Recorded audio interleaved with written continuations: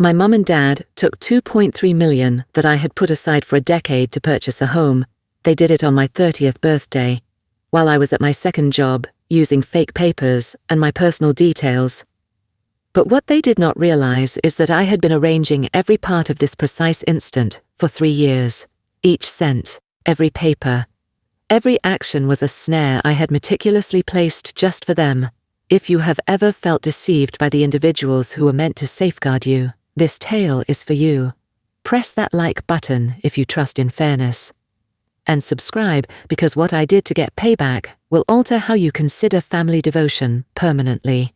The alert arrived at 2:47 p.m. on a Tuesday. I was in the middle of explaining medication dosages to an elderly customer when my phone buzzed. Withdrawal of $2,340,000 successfully processed. My heart stopped. The pharmacy counter suddenly felt like it was spinning around me. Walter was asking about his blood pressure pills, but his voice sounded like it was coming from underwater. I dropped everything and ran. The 40-minute bus ride home felt like a nightmare where time moves in slow motion. I kept refreshing my banking app, hoping it was some kind of mistake, some glitch in the system, but no, my account showed 0. 10 years of sacrifice. 10 years of living like a monk, while my family treated me like their personal ATM. And now it was all gone, when I burst through the front door. My mum Joyce and my dad Adam were sitting in the living room having coffee like it was any other afternoon. Mum didn't even look up from scrolling through her phone. Dad kept reading his newspaper with that infuriating calm he always had when he was about to deliver bad news. "Where's my money?" I demanded, my voice cracking despite my efforts to stay composed. Dad folded his newspaper slowly, deliberately, the way he used to do when I was a child, asking for something he'd already decided to deny. Then he laughed. It wasn't a joyful laugh. It was the laugh of someone who just pulled off what they thought was the perfect crime. "Thank you for your naivety, Helen," he said, not even bothering to look at me. "Your money now guarantees Lauren's bright future." Mom finally looked up from her phone, and I'll never forget the cold satisfaction in her eyes. "A girl like you would have wasted it anyway. You have no judgment to manage so much money." That's when I started laughing. Not because anything was funny, but because they had no idea what they'd just done to themselves. They looked confused and exchanged glances. Mum asked if I'd gone crazy. "Did you take the money from the wrong account?" I said. Still laughing so hard I could barely speak. The color drained from Dad's face. "What are you talking about?" "That account you just emptied. That was the bait account. The account I created specifically for this moment. Let me take you back 10 years, to when this whole elaborate revenge began. I was 20 years old when I got my first job at Morrison's Pharmacy, been $800 a month. Not much, but it was mine. Or so I thought. My parents immediately implemented what they called the family contribution system. I had to give them 80% of my salary. That left me with $360 a month for everything: food, transportation, clothes, any hope of a social life. Meanwhile, Lauren never worked a day in her life. My parents, Joyce and Adam, paid for her private school, her car, her designer clothes. She was the golden child, the princess who could do no wrong. Every morning I'd wake up at 5 a.m., take 2 buses across town, work all day on my feet, dealing with difficult customers, then get home at 10 p.m., exhausted and empty-handed. But I had a plan. I got a second job. Weekend shifts at Romano's restaurant. I told my parents I was working overtime at the pharmacy. Every weekend I'd smile and serve tables, while Joyce posted Instagram photos of Lauren's shopping trips. That extra $500 a month went straight into a secret account my parents knew nothing about.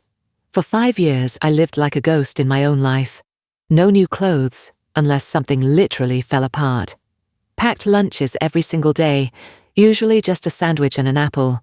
No movies, no dates, no nights out with friends.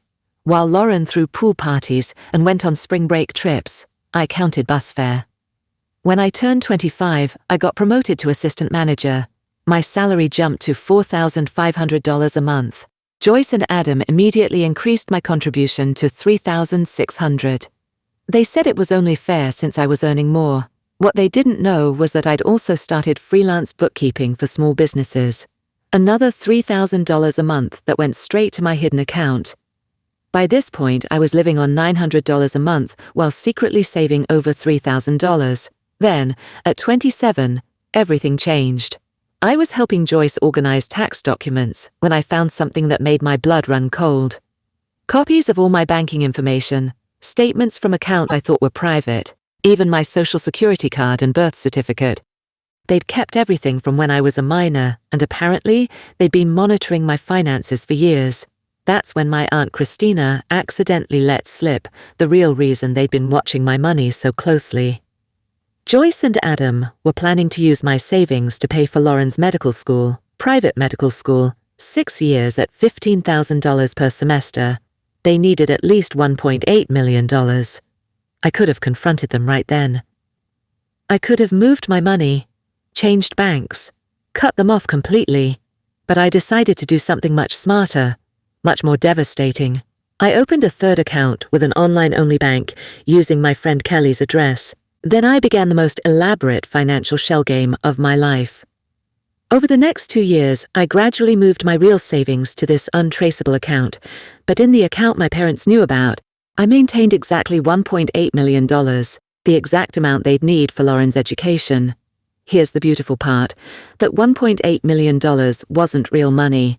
It was a carefully constructed illusion made up of pre-approved credit lines, temporary transfers, and money I'd shuffle between accounts to make the balance look legitimate.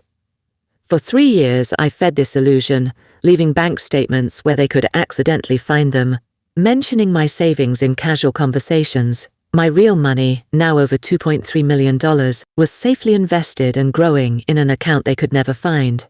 I knew they'd make their move around my 30th birthday. Lauren was starting her final year, and tuition was due.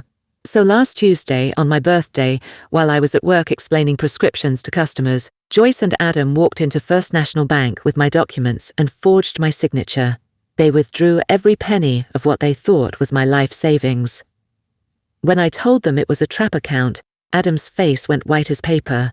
Joyce dropped her phone and it shattered on the hardwood floor.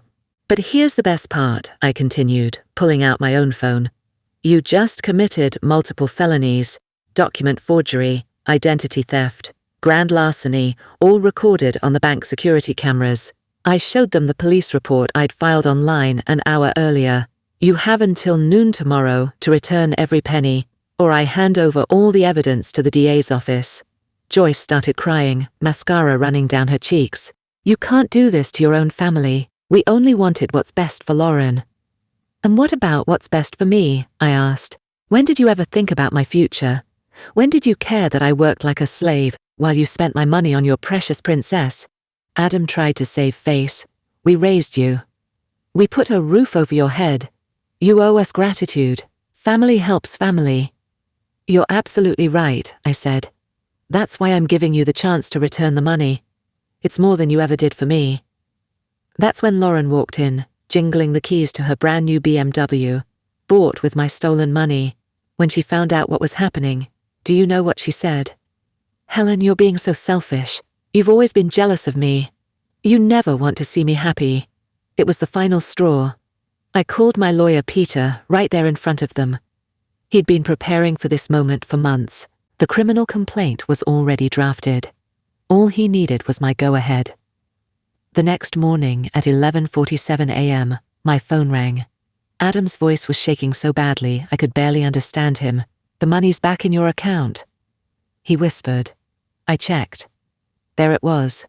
1.800.000, returned in full. But I didn't withdraw the criminal complaint. 2 hours later, Detective Noah Rodriguez and his partner showed up at my parents' house with a warrant. The whole neighborhood watched as Joyce and Adam were led away in handcuffs. Lauren had to return the BMW to the dealership. The loan had been secured with stolen funds. Joyce and Adam had to liquidate their retirement accounts and sell their vacation home to cover the legal fees. The local newspaper ran the story. Local couple arrested for stealing daughter's life savings. Their friends at the country club saw it. Their co-workers saw it. Lauren's medical school saw it. I took my real money, all $2.3 million of it, and bought my house. The local newspaper ran the story. Local couple arrested for stealing daughter's life savings. Their friends at the country club saw it. Their co-workers saw it. Lauren's medical school saw it. I took my real money, all 2.3 million of it, and bought my house. Cash. No mortgage, no debt. No strings attached. A beautiful 3-bedroom colonial in the nicest part of town, 15 minutes from their neighborhood, but worlds away from their influence. I moved out that same day, taking nothing but my clothes. I didn't want a single thing that connected me to that life, that family, that version of myself who let people walk all over her. Joyce and Adam tried calling. They sent texts, emails, even had relatives reach out. They wanted to talk things through to work it out as a family. They said they were sorry, that they'd made mistakes, that family should forgive. I blocked every number, changed my phone, and requested a job transfer to Portland. I started over completely. Today, 3 months later, I wake up in my own house every morning. My name is on the deed. My rules govern every room. My peace fills every corner. No one takes my money, demands my time, or treats me like a servant in my own life. I found out through Christina that Lauren had to drop out of medical school. Without her parents' financial support, now tied up in legal fees and restitution, she couldn't afford the tuition. Joyce and Adam are drowning in debt. The house they mortgaged to pay their legal bills is now in foreclosure. Sometimes people ask if I miss my family, if I regret being so extreme. They ask if I took things too far. I always give them the same answer. I spent 10 years being their personal bank account. Now, finally, I'm the owner of my own life. And here's the most satisfying part of all. That $1.8 million they returned. I donated every penny to a scholarship fund for students from low-income families. Money that had been stolen from me wasn't going to buy my freedom. My real savings earned through my own sweat and sacrifice. That's what purchased my independence. Because freedom, my friends, is priceless. 3 months later, I'm living proof that sometimes the best payback isn't getting even, it's getting ahead. While Joyce and Adam tally attorney fees and Lauren works retail to pay for community college, I'm constructing the life I always imagined. The 10 years of sacrifice weren't wasted. They were an investment in this moment, this freedom, this peace. Every morning when I wake up in my house, I remember that girl who used to count bus fare and wonder if this day would ever come. She probably wouldn't recognize the woman I've become, strong enough to wait 3 years for justice, smart enough to turn their greed against them, free enough to walk away from people who never deserved my loyalty. If this story moved you, press that like button and subscribe for more amazing payback stories.